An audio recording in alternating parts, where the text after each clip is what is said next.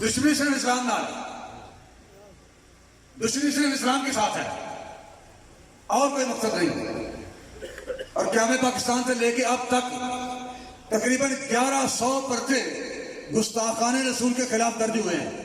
किसी एक गुस्ताख को भी तख्तेदार पर नहीं लटकाया गया।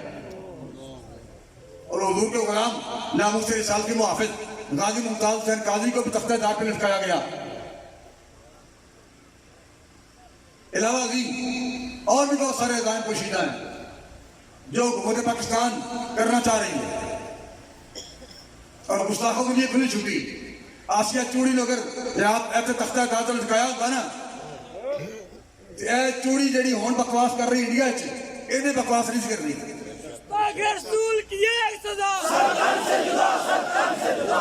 रसूल की एक सजा, सरकार से जुदा, सरकार से जुदा। रसूल की एक सजा, फक्तुलू सब्बा नबी जान, फक्तुलू सब्बा नबी जान, फक्तुलू सब्बा नबी जान, फक्तुलू।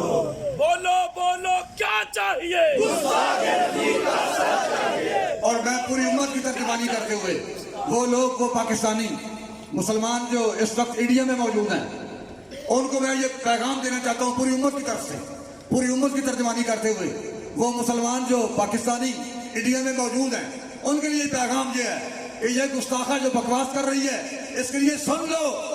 हुजूर ने फरमाया मन सब्बा नबिय्यन, बस यही पैगाम है हमारा। अगर तुम जिंदा रहना चाहते हो तो फिर उसका सर काट के हमें पैगाम दो। सिर्फ वहां जाकर सैर मत करो, मिज़ारात की हाजिरी मत दो। ख्वाजा मोइनुद्दीन ज़फ़री रहमतुल्लाह के मिज़ार की हाजिरी देने वालों, सिर्फ मिज़ारात की हाजिरी मत दो, हुजूर की इज्जत और नमूस पर पैरा भी दो। अगर मुल्क पाकिस्तान में आसिया मलूना के खिलाफ एक्शन होता तो फिर कम अज कम ये बकवास न करती।